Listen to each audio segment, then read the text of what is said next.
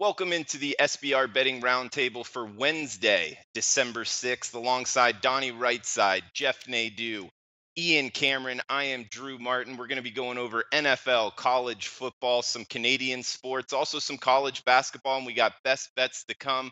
Let's go right around the horn. Introduce yourselves, what you're looking at in the sports betting world. At Jeff Nadeau on Twitter, big man on campus. What's up, buddy? I'm doing good, Drew. How are you today? Good to be on the roundtable. Excited to chat. Always a fun time of the week here. Yeah, one of my favorite shows of the week. Happy to have you, Jeff. And Ian Cameron, find him on Twitter at Babano. Ian, welcome in. Oh yeah, nothing but a good time on the round table. It's a great show. Looking forward to talking about a bunch of sports this week. NFL, college football, Bulls, college hoops, you name it. We got it. Let's do it. Let's get after it. And Mr. NFL himself, find him on Twitter at RightSideVP, Donnie Rightside. Welcome in, buddy. Hey, the easiest show of the week. I say it each and every time. Just a bunch of guys talking some sports here, just letting it rip and letting it flow. Got a new prop here for the show this week. You know, yesterday we had Big Man on campus. He was letting everybody eat with the let's see, we have maybe the final supper. But today we're going to go a little bit of background. If you can see in the back, got the Twin Towers back there. That means business today, boys.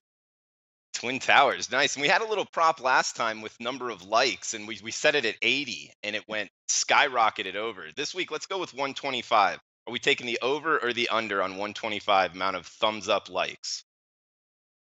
Donnie, what do you have? Look, I'm a superstitious guy, and I helped with the negative karma last week by going under. I'm going to stay under the total of 125 in this one, trying to use the reverse to our advantage again.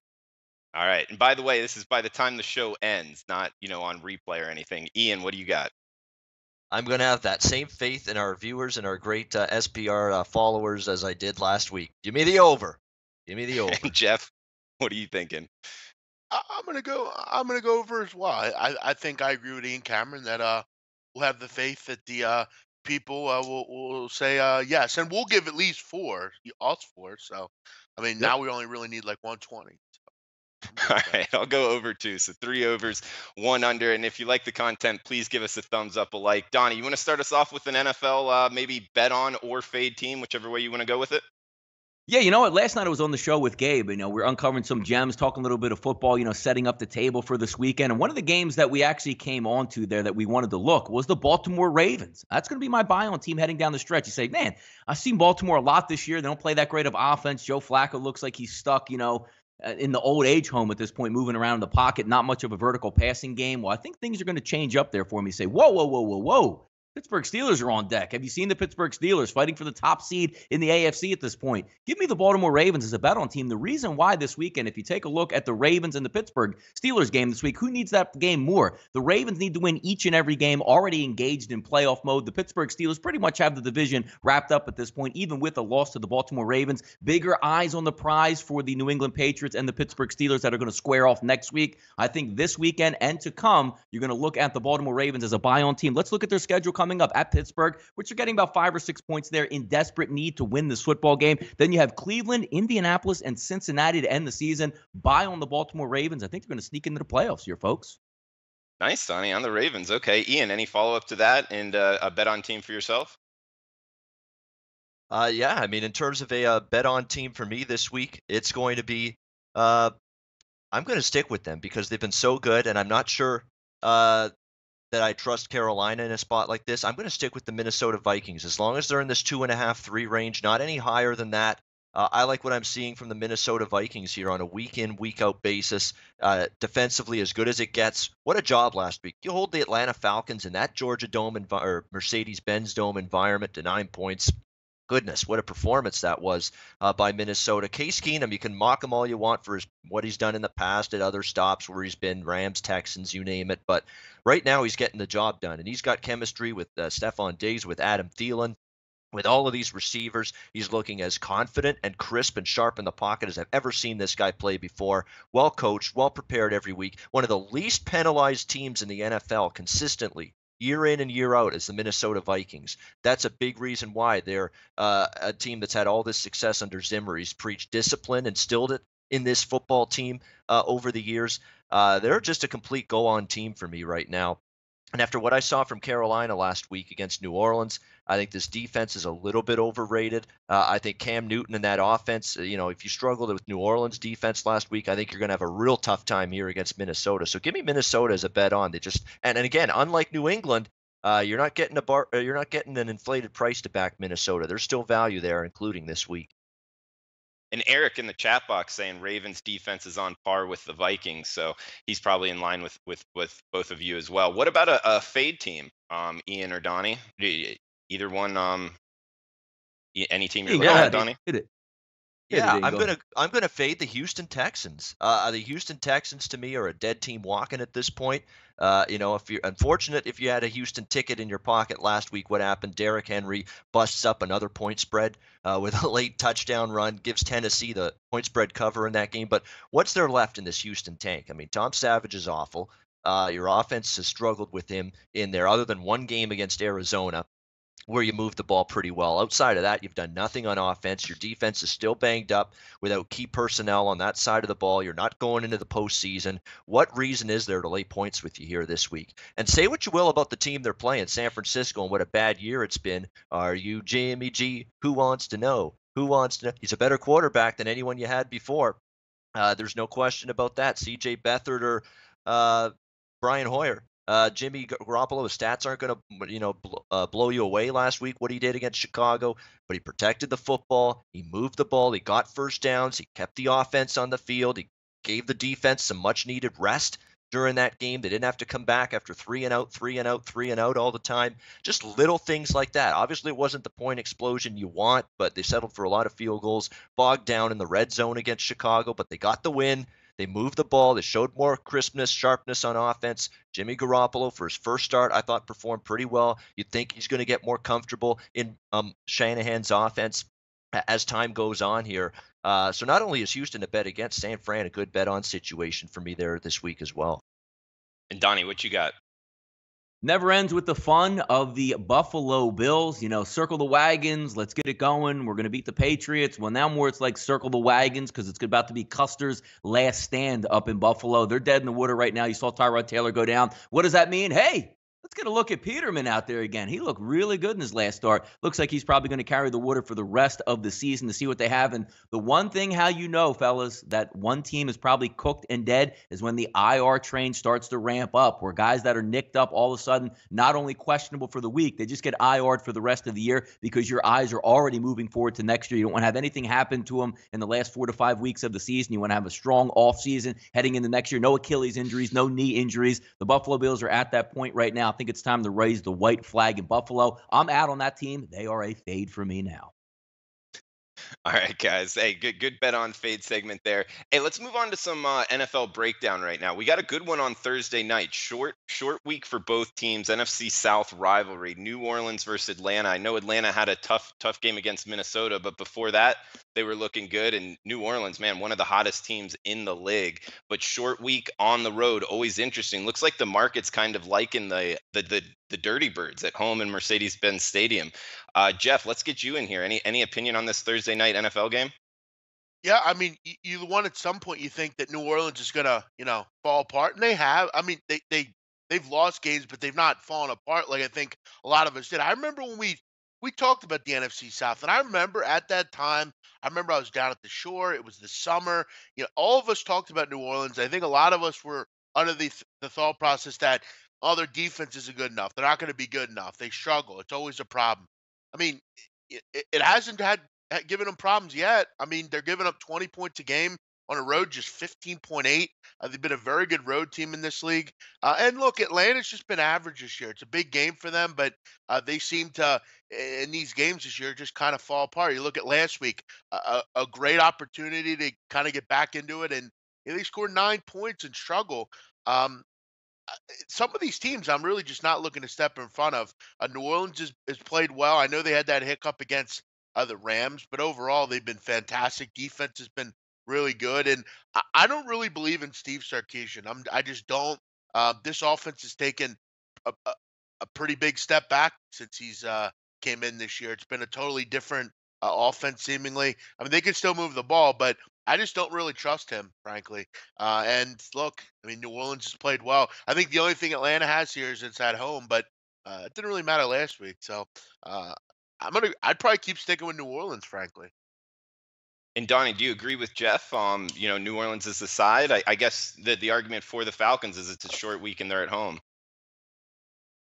Yeah, no, and again, that's one of the bigger advantages that Atlanta's going to have this week. Home field advantage, short work week, Thursday night. You had must-win situation. They were home last week, so not even a travel back from. Let's just say they played Minnesota at home as opposed to on the road, so they're going to be more equipped for that quick turnaround to try to game plan. They're somewhat healthy. Trufant's going to come back at cornerback. That's going to be a big boost. You're going to lose Levitri at guard, which could be a big issue here if the New Orleans Saints can get some pressure here. But both of these teams supremely talented on offense. One of the better combinations of running backs on both sides of the ball, Atlanta and also for New Orleans, that you're going to see in the NFL. Kamara has been fantastic. Ingram has been perfect for that team. And then you look on the other side with Coleman and Freeman also. I mean, very, very good. A lot of weapons here. New Orleans now more, multi-dimensional is what you were in the past. Stepping back, dropping back 35, 40 times, putting it all on Drew Brees' shoulder, which is really actually helping the defense out. Because when you have a running game, your defense gets to take a breather. It's not, let's hurry up, let's run 5 to 6 plays, score a touchdown. Now you can look at those more extended drives late in the ball game. You don't have to put your defense out there in the fourth quarter because you can hand the ball off. But if we're looking at this game on its end here, what a tough run that the Atlanta Falcons have had already. You're talking about engaged in playoff races already for that team. Maybe a little bit of fatigue might be setting in. 5 games ago was at Carolina. Then it was Dallas at home. Then it was Seattle. Then it was Tampa Bay. You got that little breather at home, and you come right back with Minnesota, and you're right back with New Orleans. They're already engaged in playoff mode. They need this game more, but something might have to be said about a little bit of fatigue setting in for the Atlanta Falcons at this point. It's a tough game right down the edge. If you look at Pinnacle, opened up at -1.5 for Atlanta. Chris opened up at -2 for Atlanta. That's completely flipped right now with Chris showing a -2 for the road team, New Orleans Saints. We'll see where that line ends up because if you get a little bit of value in the home team, maybe 2.5, 3, that's probably the direction I'll be leaning on at this point. Thanks for pointing that out, Donnie. I mean, I quoted the market was on the Falcons to begin with, but it does depend what book you look at. So, yeah, good point there. Ian, any follow-up to what Donnie or Jeff said? Yeah, flip of favorites in this game. Atlanta opened -2. New Orleans is -2 pretty much now. As road chalk across the board. People viewing New Orleans as the flat-out better football team right now. Clearly, the betting market's acting accordingly based on that opinion. And I can't necessarily blame them. I mean, this New Orleans team has been terrific. Drew Brees finally doesn't have the pressure of having to do this thing all by himself on the offensive side of the football. That's been the major difference in the Saints this year. They've had a tremendous ground attack to rely on that has absolutely bowled over teams at times this year. Remember what they did to Buffalo on the ground. Look at what they did to Carolina on the ground. That was stunning to me what they did to Carolina. Carolina can be a halfway decent run defense, and New Orleans just bowled them over in terms of pounding the ball right down their throat last week. It was really impressive to see Kamara and Ingram. That tandem's been fantastic. I know there's a little bit of a minor injury for Ingram right now going into this game. May or may not play. Is something you want to keep an eye on, but nevertheless, this New Orleans offense finally is balanced. They can throw it and they can run it, and that's a big deal, and that's why they've had great success. And the defense is, you get clowns like Rob Ryan out of there, and it's amazing how much better this defense starting to play here for the New Orleans Saints, and they have played much better on that side of the ball. Here's the problem with taking New Orleans now, especially now that it's -2. This is your stake in the ground kind of game for Atlanta. You're at home, you're on the periphery of the playoff race right now. You need this game like you need oxygen to breathe. That's basically where the Atlanta Falcons are right now. If they have an A game, if they have an A level of effort, desperation, whatever you want to call it, you would expect to see it out there on the football field in this game on Thursday night. Whatever the Falcons' A game is, you should see it because they need this game badly. The problem is I still can't get over the fact that I think New Orleans is the flat out better team, more well-rounded. They're on a roll right now. Atlanta's, as Donnie mentioned, faced a real grueling, tough schedule lately. I'm not sure even their A level of effort in this game, and even though they need it badly, I'm not sure that's going to be enough for the Falcons here. All right, good breakdown, guys. Hey, on to the Sunday slate. We got Seattle, Jacksonville. Good matchup here. Cross-country matchup for the Seahawks. Looks like the Jaguars laying 2.5 pretty much across the board. A couple threes out there, so make sure to shop around. Donnie, you want to lead us off on this one, Seattle, Jacksonville? Yeah, really good, interesting ball game. And if you're taking a look and trying to break it down, obviously you saw Seattle last night past weekend versus the Philadelphia Eagles look really good, and they can look really good. Home is where the heart is, so to speak, for the Seattle Seahawks. Russell Wilson, one of the single best players in the NFL every single year for the past 5 years. To me, it seemingly, if I had to vote for MVP, it would be Russell Wilson. If you take away Russell Wilson from the Seattle Seahawks and replace him with a good NFL quarterback, they're not making the playoffs year in and year out. He's that good and makes that entire offense go, improves the offensive line. That offensive line is a sieve. They have zero running game. They have 3 Smurfs at wide receiver. It's amazing what he can actually do back there in the pocket. Now you're going to go on the road to Jacksonville, and the MO of the Seattle Seahawks is they don't play that well on the road. They're not going to blow teams out on the road. You get them on grass, you get them outdoors. You don't have that advantage from a defensive line standpoint where Seattle can jump every single snap because at home you can't hear the snap count from the offensive side of the ball. Now you're getting them an environment where Jacksonville can get after it. If you've watched anything, I know Jacksonville doesn't get a lot of primetime games. If you don't have the NFL ticket and you're not down in Jacksonville, that southeastern part of the country, you don't get to see how dominant a defensive front seven, and secondary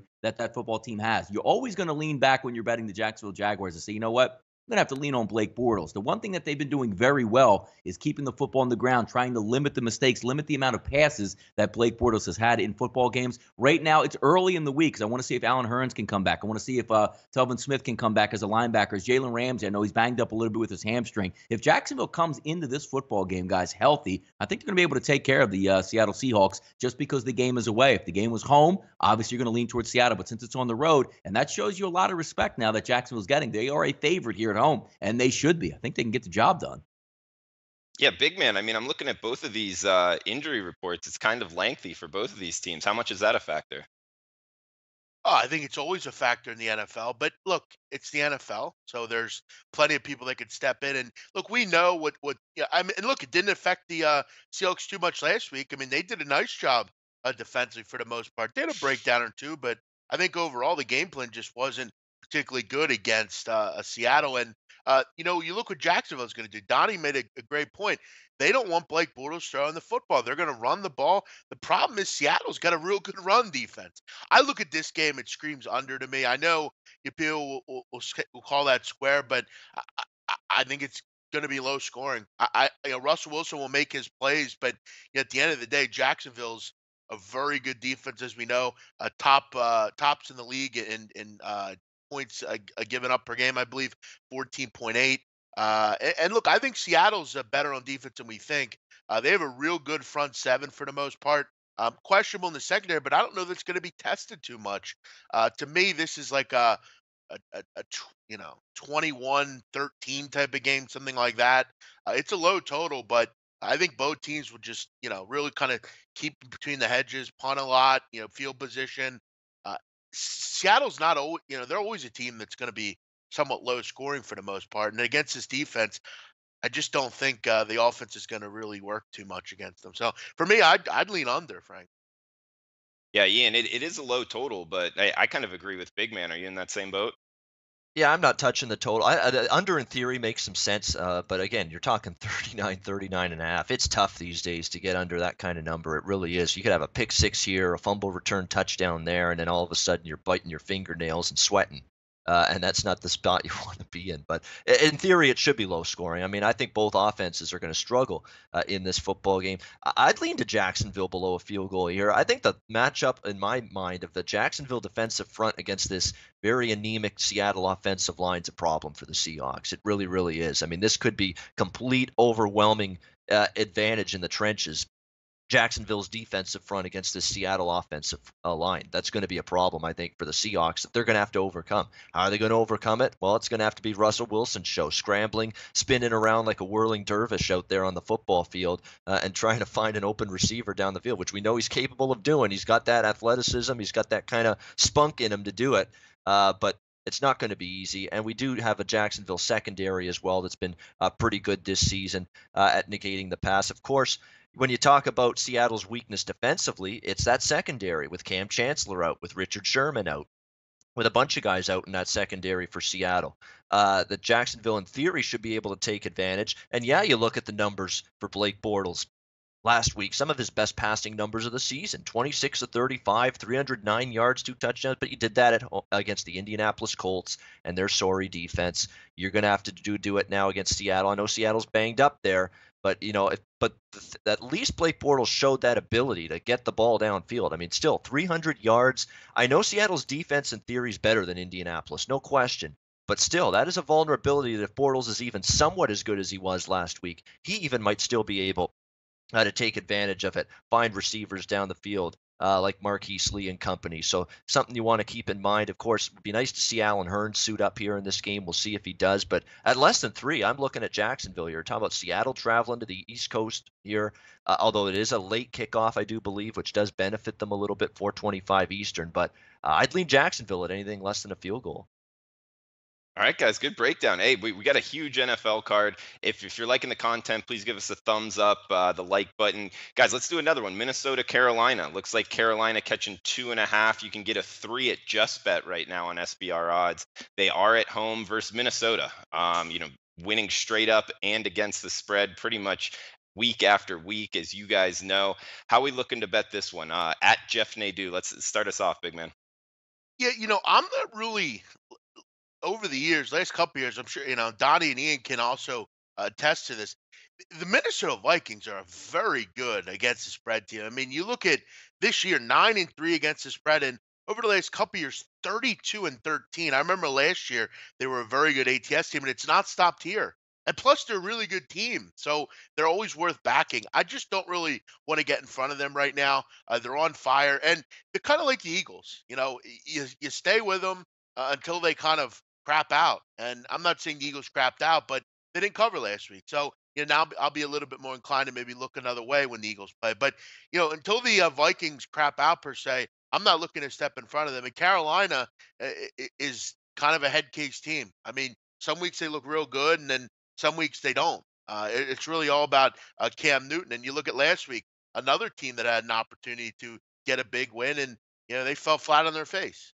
They weren't particularly good offensively, and their secondary concerns me. You look at the last couple weeks. I mean, they've been getting thrown all over. I mean, and is it going to be that this week? No, but Case Keenum continues to play really well. That defense continues to be on fire, and whether it's on the road or at home, Minnesota's had no trouble getting past teams. This is a tough spot. I could see them going in and this being a really close game. The public loves Minnesota. They're obviously agreeing with everything I'm saying because you look at the line, it's moved significantly in Minnesota's favor.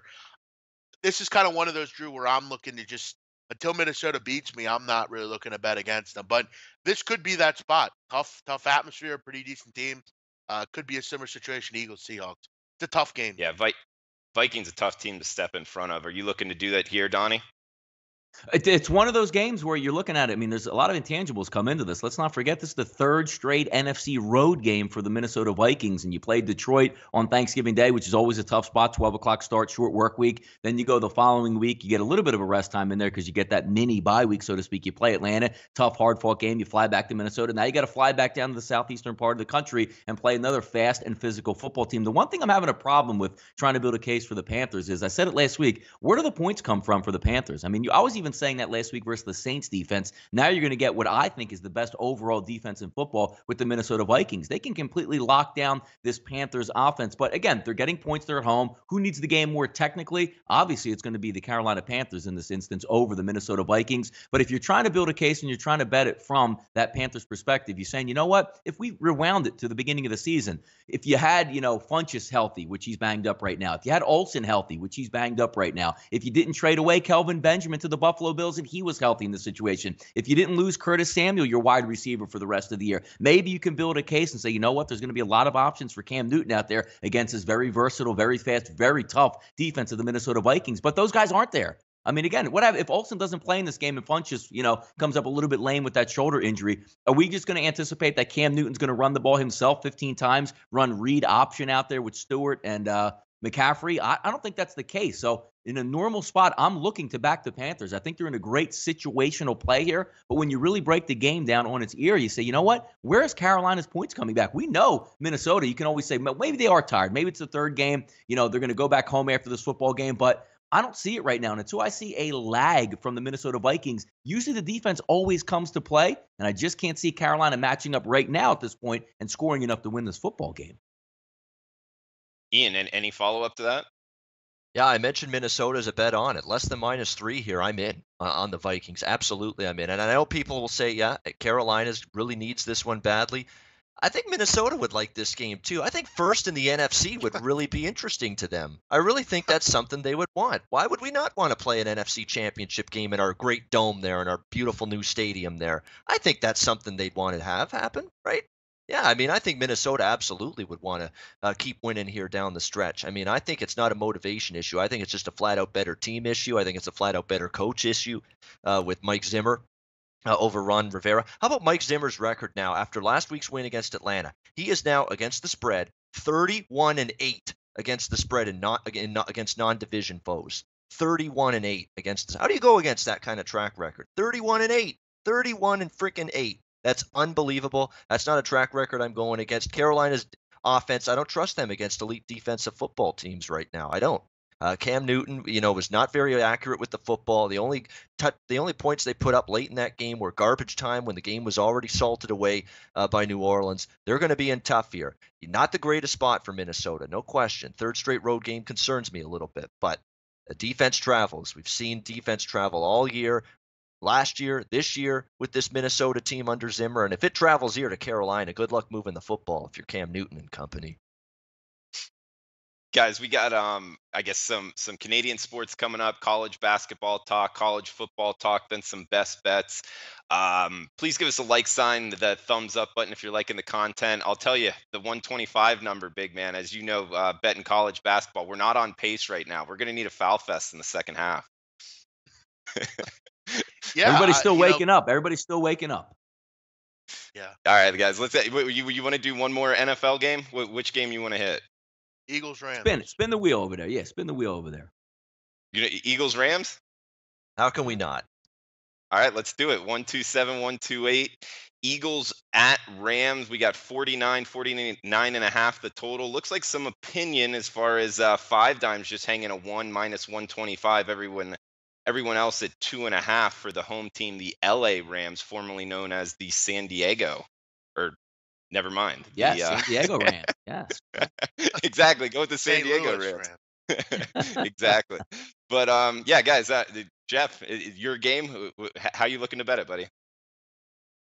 Well, if I'm Doug Peterson, my game plan is run the football. This Rams team is bad against the run, 4.7 yards per carry. That has to be the game plan. And this is, to me, I know these teams aren't really the same team, but the LA teams kind of remind me of each other. They both can't stop the run. And when the Eagles went in there earlier in the year against the Chargers, that's what they did. They ran the football. Their fans took over the stadium, which I expect that the Eagles fans do the same. A good friend of mine, Donnie, you probably know him, Avalon Bryan, he's headed out to the game. He says that it's going to be taken over by Eagles fans, supposedly. So I'd expect it to be a very similar atmosphere. Listen, I don't think the Eagles can lose two in a row, though I am concerned about a couple of their injuries. Zach Ertz went out with a concussion. He's in the protocol. We'll hope he plays, but Lane Johnson was in a similar situation several weeks ago, and he wasn't able to go, and that'd be a big loss for the Eagles. Zach Ertz has become a Carson Wentz's mainstay as far as in that offense over the middle and such, so that'd be a big loss. Plus, we have to point out, which Donnie knows as well, Eagles didn't come home. They've been out on the West Coast. They've stayed in L.A. They've been practicing at the Angels Stadium. So, again, I mean, how are they going to handle that? Plus, an injury, Donnie, that not a lot of people talked about, and I'm sure you noticed. Joe Walker didn't play last week, and their linebacking core didn't look the same. And I know Joe Walker, people say, who the hell is Joe Walker? But Joe Walker's came in and filled in admirably for Jordan Hicks this year. They basically had to go with guys like Najee Good, who don't belong on this first team. They're good on special teams.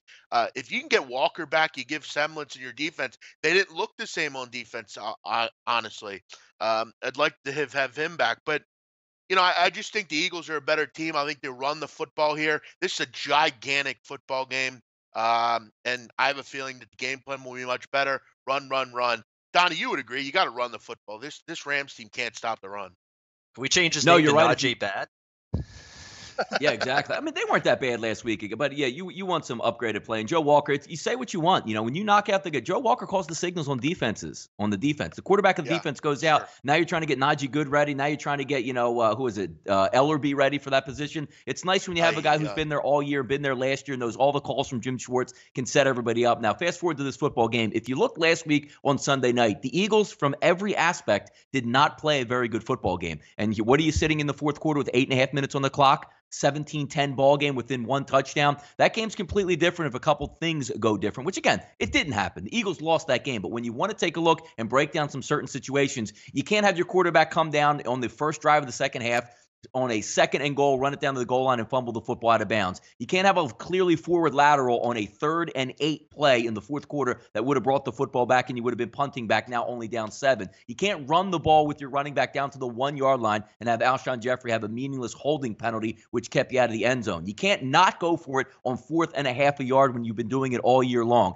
Having said that, that means there's value flipped on the Eagles this week. Let's take a look at the line, the way it's opening up. -1 towards the Ram, now sitting at 2.5, depending on your shopping. Are the Rams a sharp angle this week? Sure they are. But when you're looking from a value overall perspective, let's say the Eagles went in last week and the things bounced their way. Maybe the fumble that Carson Wentz had in the end zone, Torrey Smith comes up with it. Maybe the Eagles won on a late field goal in that game. Do you think the Rams right now will be hanging 1 or 2.5 at this point? That line would be completely reversed and everybody lumping up on the Eagles again, -3.5, -4. I think you're getting value here. Did I bet the football game? Did I take the Philadelphia Eagles yet? No, I didn't. I want to see who's going to come back with Zach Ertz. I want to see some injury situations on the Rams and how that plays out. The Rams are a really good football team. Coming into the season, I didn't think they would be one, but Jeff points out a really good point. Last week, if you watched the Arizona Cardinals game versus the Rams, you had no names ripping off and gashing the Los Angeles Rams on the ground. That's the way to quell that tough pass rush. Aaron Donald coming up the middle. He's going to be able to push the pocket, but if you're looking at Aaron Donald, what a better way to stop Aaron Donald, have one of the 2 best guards in football right now, according to ProFootballFocus.com, in blocking. That's Wisniewski and also Brooks on one side. The Eagles are equipped to stop the Rams on defense. The problem here is what you're going to get out of the Eagles coming off a loss. We haven't seen that. They haven't responded off a loss since September at this point. But one thing I do like, as Jeff pointed out also, Eagles didn't fly back to Philadelphia. You now have that bunker mentality. You flew directly from Seattle down to Los Angeles. You're in a hotel together. You're hanging out almost like it's college or high school football camp. That bonding, you took the loss. You saw how they took it last week. You know what? Maybe you were dancing. Maybe we're doing the electric slide a little bit too much out there. Let's get back to basics. Let's not fumble the football, and let's get squared in. That bunker mentality, I think, is going to help the Eagles this week. Also, I think one other thing that we have to point out, this is not Russell Wilson. Jared Goff's very good, but he does not have the mobility that Russell Wilson does. The Eagles hemmed him in a lot. They just couldn't catch the guy, just like most people can't. Goff's very good. It's going to be a great quarterback battle, but again, I think the Eagles have a little bit more success getting to the quarterback than they did last week. Hey, big man, just follow up to that. Did you see Goff being this good in the NFL coming out of Cal? Yeah, I like the Ram. Look, did I think he'd be? I thought he beats very good. I mean, there's a reason he's the number 1 pick.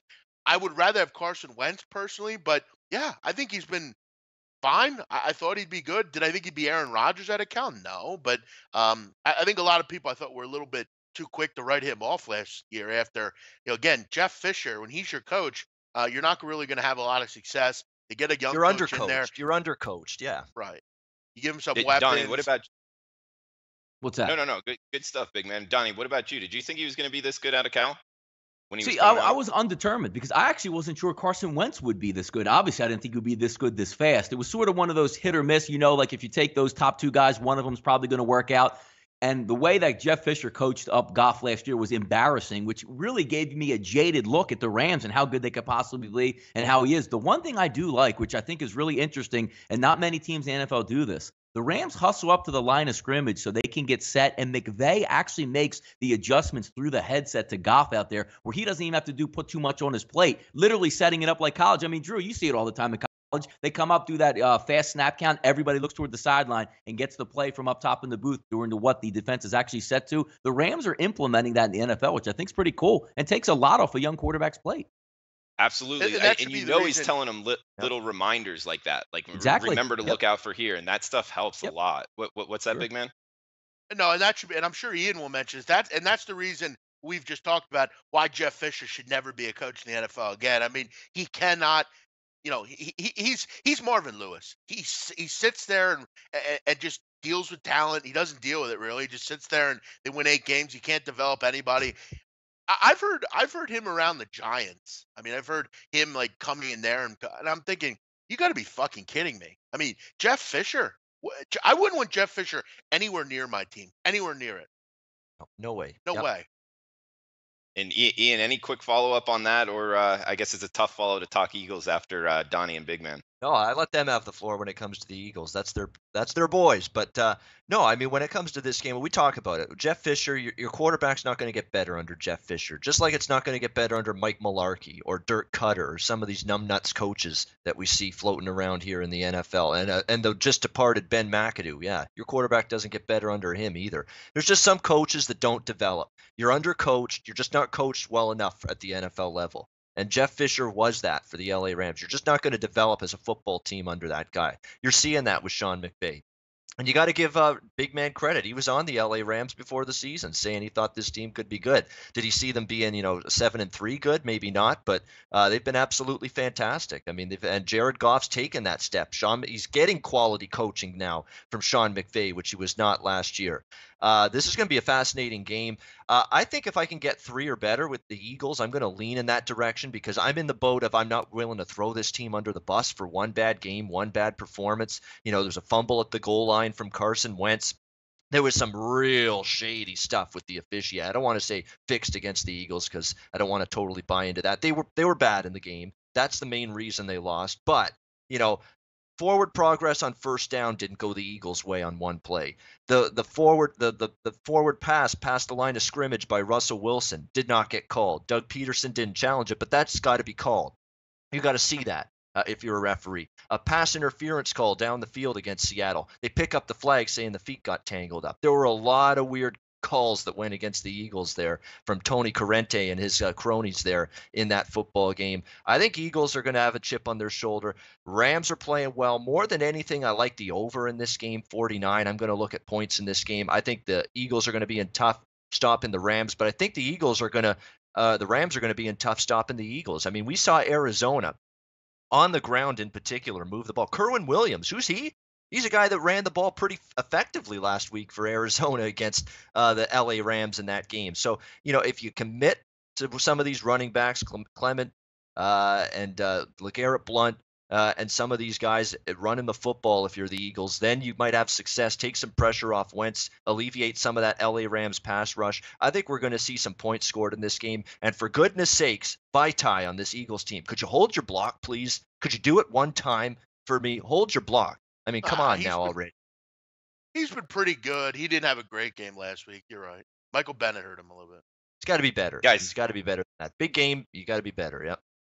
No, great NFL talk. We got college basketball coming up and best bets as well. Also a little college football, maybe a look ahead at the bowl games and the Army-Navy game here. But Ian, 60 seconds of Ian Cameron, some Canadian sports. What do you got for us? Yeah, just quickly on the NHL, Winnipeg Jets are first in the Western Conference. Who saw that coming? But they've been fantastic, although they finally suffered a setback last night. They lost to the Detroit Red Wings, but there's a lot of good stories in the NHL right now. The Vegas Golden Knights win again last night, a great win. They're now 11-2 on home ice.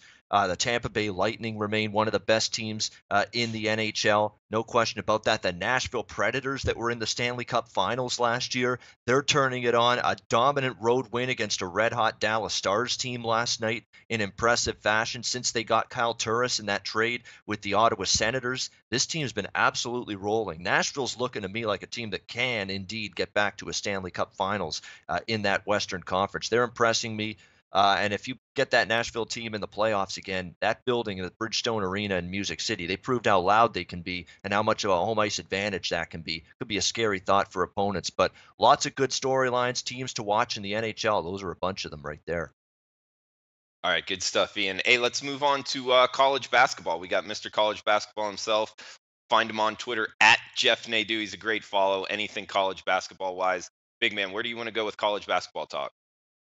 Well, I'd like to forget last night if we could. That'd be nice. But Yeah, no, college basketball is coming into conference play here, as we know. Big Ten had some big wins last night. The Big Ten, Nebraska, how about that? They get a big win against Minnesota. And the Minnesota team, I mean, I think with them, what's going to hold them back is Richard Pitino. Frankly, I think he's a guy that he's got his coaching stuff because of his father. We all know the scumbag his father is. I think that he will hold them back. They almost found a way to blow a game against a team with 3 players on it.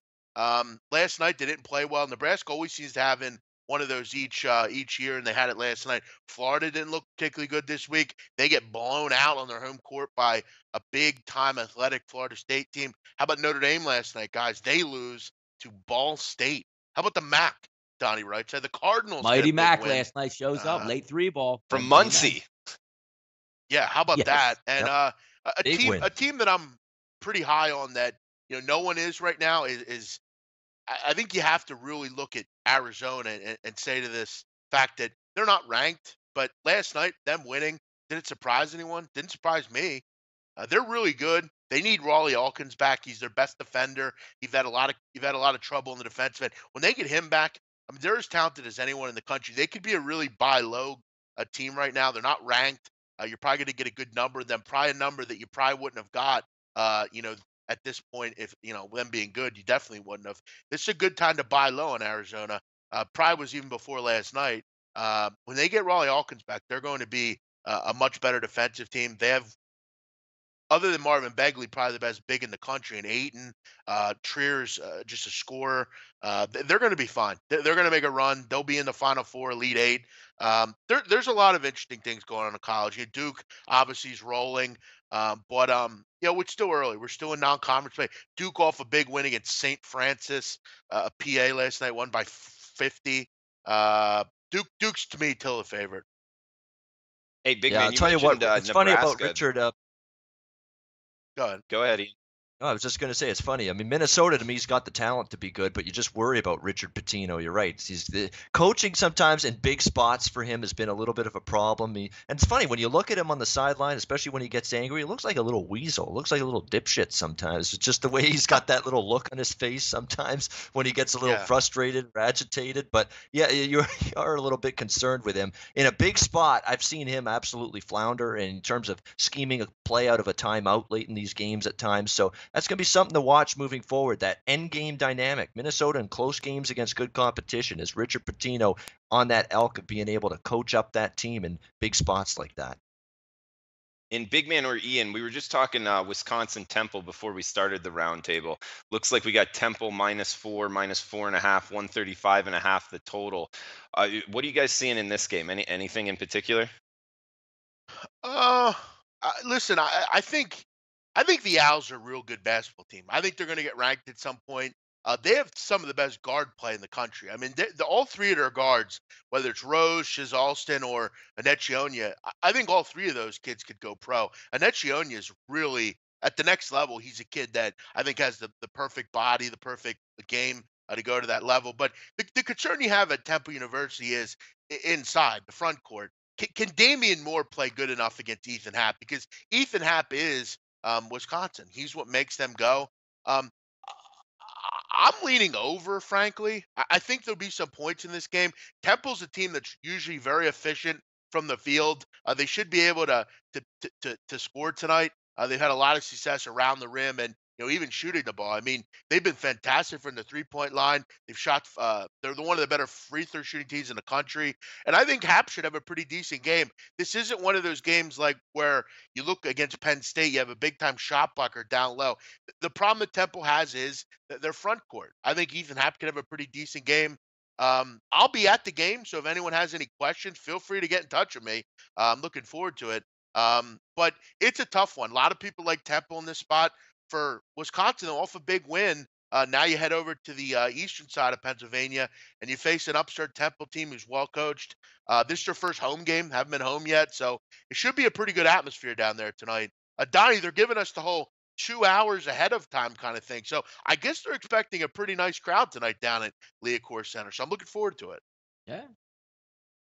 And it will also be on ESPNU, so I'll be watching as well. How about that? Guys, Yep. what about college football? We got 103, 104, Army, Navy. Looks like 46 the total, -3 across the board. I was talking to Donnie when we were filming the college football bowl preview show, and I let him know I think I was 4 years straight losing this Army Navy game, so I stopped betting it about 2 years ago. But you guys got anything on it, Donnie? You want to lead us off if you got anything? Yeah, I mean, two similar teams, both really good football teams. When I was growing up, in the late 80s, right through the 90s, these two teams used to match up every year, 2-7, 2-8. It was just that end of the year. Hey, look, the military guys are getting together. And it was a great betting game because why? Nothing else is going on usually on this Saturday. Nothing's much has changed in that aspect, but these are two really good football teams coming over. From a betting angle for myself, both teams similar. I think Navy overall, I think we can agree on, is probably the more talented team when healthy. And obviously with an extra week off, they should be getting some of their players back. But I'm going to lean towards Army. What has Army showed me all year long? That no matter what they're playing in, do they win the football game or lose the football game, they're right in it, right to the end. They play a slower down pace than Navy. They barely throw the football, maybe once, twice, if we're lucky, per game for Army. I'm going to lean on taking the points with Army, and I know the game has stayed under. I know both of these football teams run it, but I do think this game might open up a little bit with some fake punts, fake field goals, maybe some trickeration in this game. Also going to lean on the over 46 at this point. Looks like maybe 46, 46.5 out there. Give me the points. Give me the over in this one with Army Navy.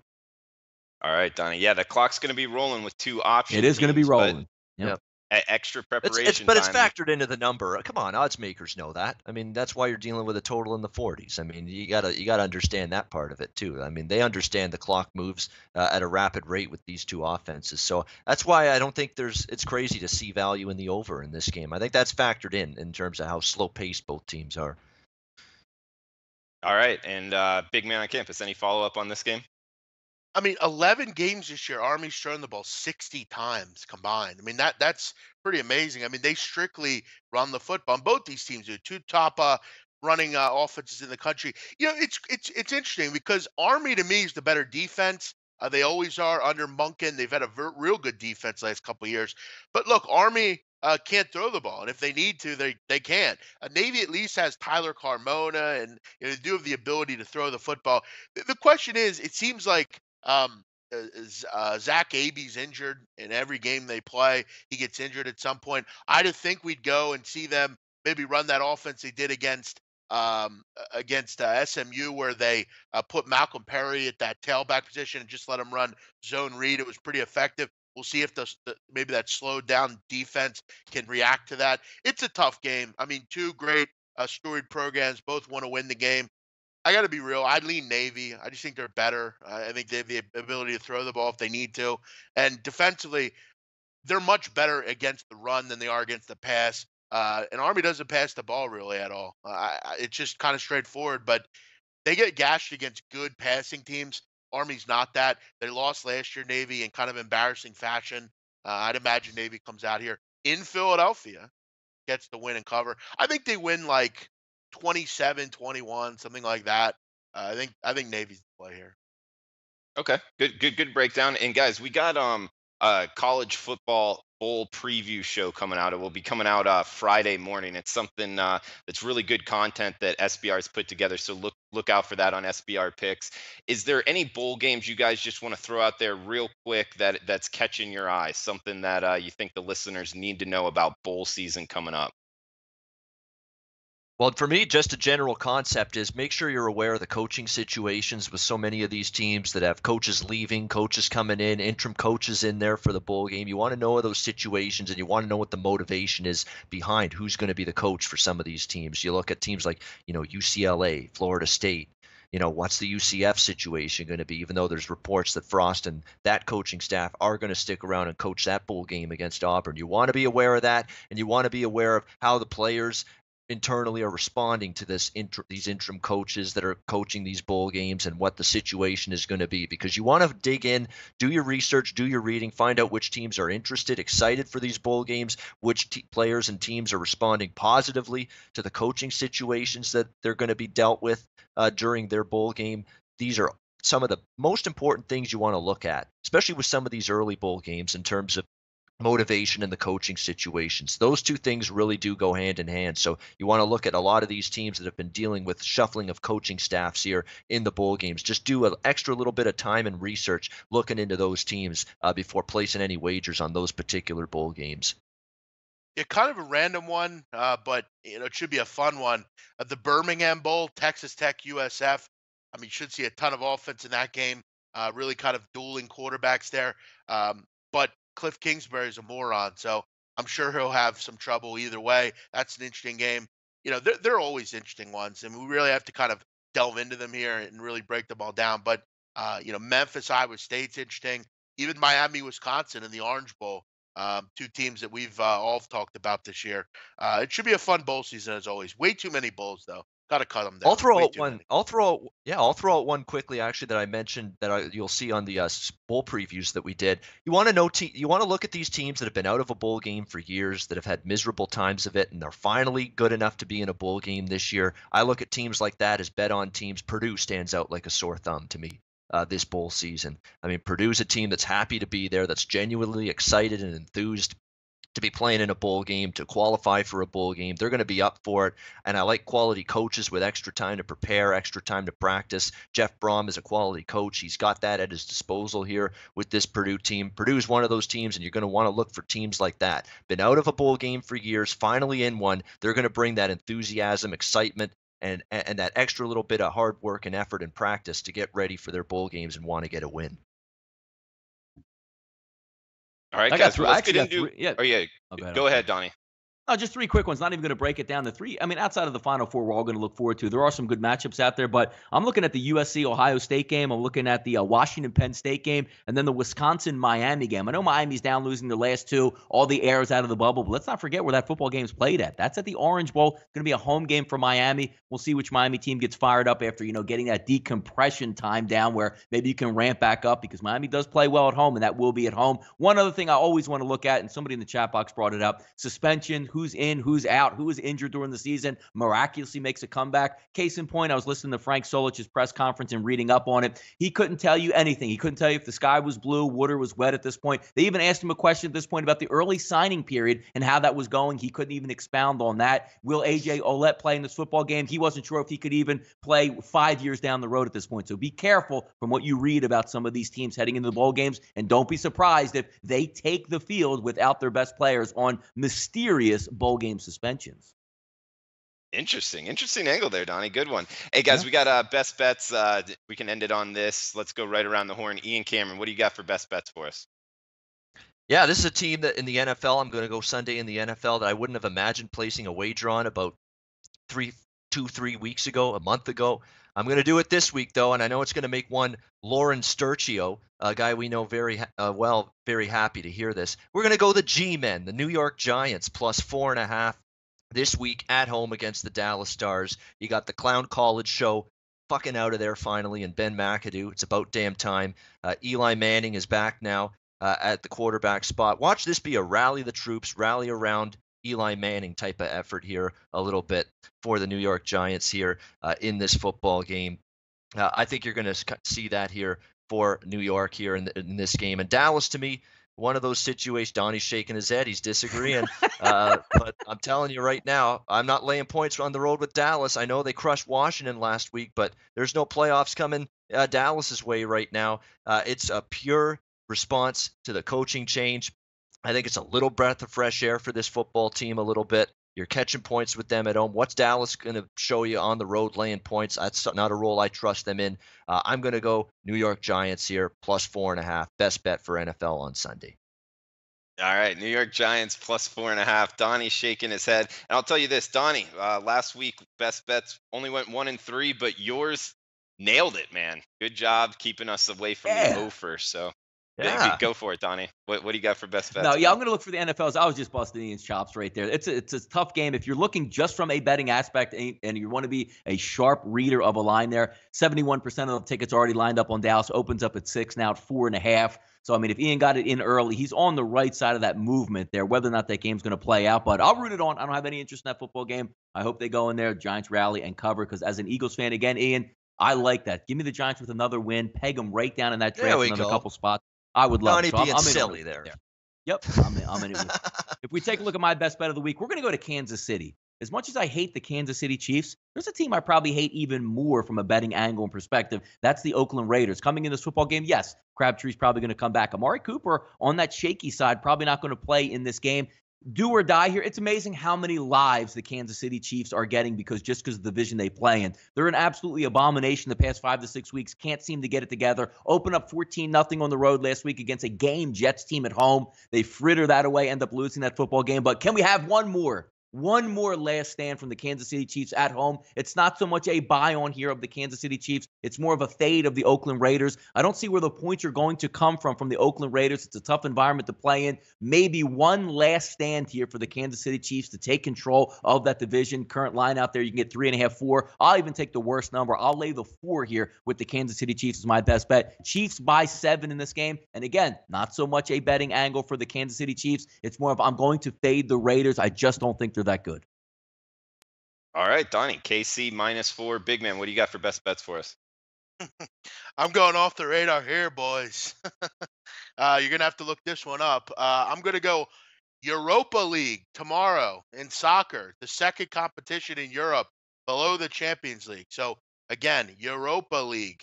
I'm going to go with Red Star Belgrade. Basically, plus 110 around that point. They're at home against Cologne. Donnie, where's Cologne? I'm going to go Germany.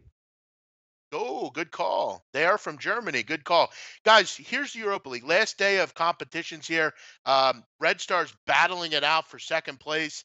They need a win here to move in and get that second place. Cologne is trash. They're one of the worst teams in Germany. They actually are the worst team in Germany. They made this competition last year, but this year they're really struggling. Red Star Belgrade is a very good atmosphere. One of the top Serbian atmospheres, one of the top atmospheres in the country. They have their own basically governing body of fans over that stadium. They have their own set of keys to get in. They basically control everything, and they're going to be on fire tomorrow. Cologne stinks. Give me Red Star. They're one of the best defensive teams in this competition. I think they win the 0, but I'm going to just take them to win the match. They move on. Give me Red Star Belgrade, not Partizan Belgrade. Red Star Belgrade. They hate each other. They're 2 teams in Serbia. Give me Red Star Belgrade plus 110. They get the job done tomorrow against Cologne. All right, Red Star Belgrade in the Europa League plus 110, and that's to win the game. Now, Drew, you're a big college. You're a big. You went to college. Where's Belgrade at? Do you know? I have no idea. No. If you want me to guess, I would guess Belgium. It's in Serbia. Just so you know. Serbia. There's a little nice. There's a little lesson for you. Well, I'm gonna stick to what I know as far as gambling. I'm gonna go 527, 528. Actually 528. The under in the Oakland Eastern Michigan game. So we got Ian on New York Giants plus 4.5. Big man on campus in the Europa League. Red Star Belgrade plus 110. Make sure to find that and take your time when putting that one in. Donnie on KC -4. And I am on Eastern Michigan, Oakland, under 149.5, which you can get at Pinnacle. Guys, it's been a great roundtable. Thanks for the likes. The under hit. It was not a foul fest in the second half, but we will be back next Wednesday.